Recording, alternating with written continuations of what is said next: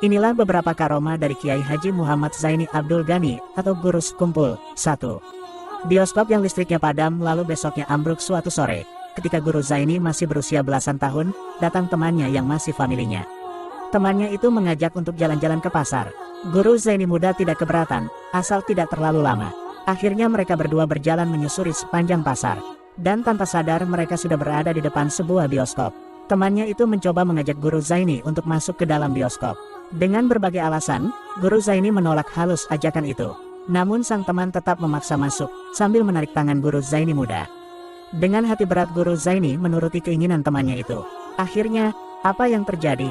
Tanpa diduga sebelumnya, seketika seluruh aliran listrik di bioskop itu mati total, dan pemutaran film pun berhenti.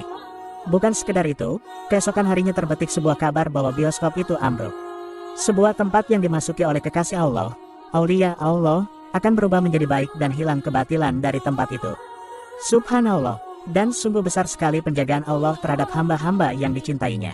2. Angin yang berhembus kencang ketika Aba Guru dihukum sang ayah. Aba Guru sejak kecil dididik dengan sangat ketat oleh orang tuanya. Sang ayah, Guru Abdul Ghani, selalu mengawasi sang anak dengan sangat ketat.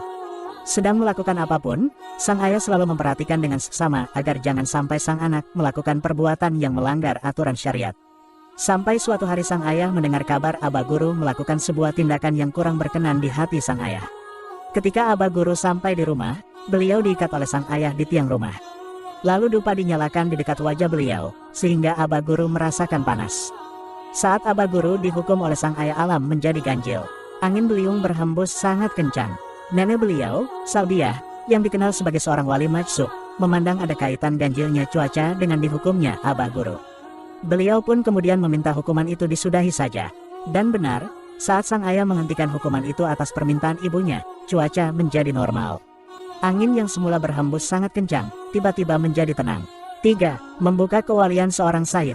Dikisahkan oleh Habib Hussein Al-Aidrus dari Singa Mahakam, ada seorang sayyid yang setiap hari duduk-duduk di tempat perjudian. Sampai suatu saat ajal datang menjemputnya, orang-orang kampung tidak ada yang tahu siapa dia sebenarnya. Di saat wafatnya, hanya istri dan anaknya yang menghadapi jenazahnya, tidak ada satu tetangga pun datang. Tidak ada satupun tetangga yang mau memandikan, mengkafani, mensholatkan jenazahnya. Sang istri menangis melihat keadaan suaminya, dia pun berdoa, "Ya Allah, bagaimana dengan jenazah suamiku? Apakah aku buang ke sungai Mahakam ini atau aku biarkan sampai membusuk? Engkau yang maha luas rahmatmu, berilah petunjuk." Tiba-tiba masuk seorang tampan tinggi rupawan mengucapkan salam. "Assalamualaikum ya Syarifah." Tampak puluhan orang berjubah dan bersorban mengiringi di belakangnya. "Waalaikumsalam warahmatullah." Saat melihat sang guru, si Syarifah tersentak kaget bukan main. Yang datang adalah Al-Imam Al-Qutubul Aqwan As-Syeikh Muhammad Zaini bin Abdul Ghani Sekumpul. Syarifah bertanya, "Kapan pian kesini guru? Kaltim dan Kalsel sangatlah jauh, apalagi kami di daerah Hulu Mahakam Kembang Janggut ini." Jawab Guru Sekumpul, "Allah yang memudahkan."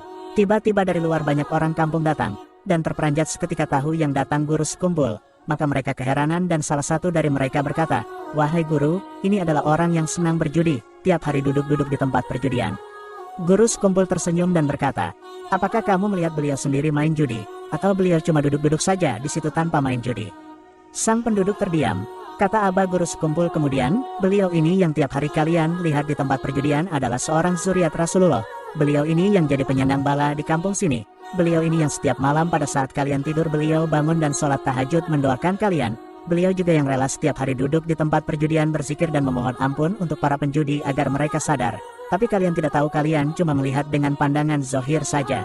Beliau tidak terkenal dalam pandangan masyarakat bumi tapi sangat terkenal di langit." Maka para penduduk menjerit dan menangis. Yang biasa berjudi langsung sujud dan memohon ampun kepada Allah. Lalu jenazah beliau dimandikan, dikafani dan disolatkan, hingga diantar ke pemakaman. Hujan pun turun dengan derasnya usai pemakaman. Janganlah kalian seperti itu. Walaupun dia berperilaku seperti itu, tapi sebenarnya dia tidak seperti itu. Berprasangka baiklah dengan makhluk Allah, dan hati-hati, kalau itu zuriyah Sayyidil Wujud Shallallahu Alaihi Wasallam, kalau tadi tetap dibiarkan seperti itu, sampai Syarifah itu sakit hati. Tenggelam nanti desa kalian ini. Murka Rasulullah, murka juga Allah. Setelah itu Aba Guru Sekumpul beserta rombongan pamit pulang naik kapal, tapi ada yang aneh.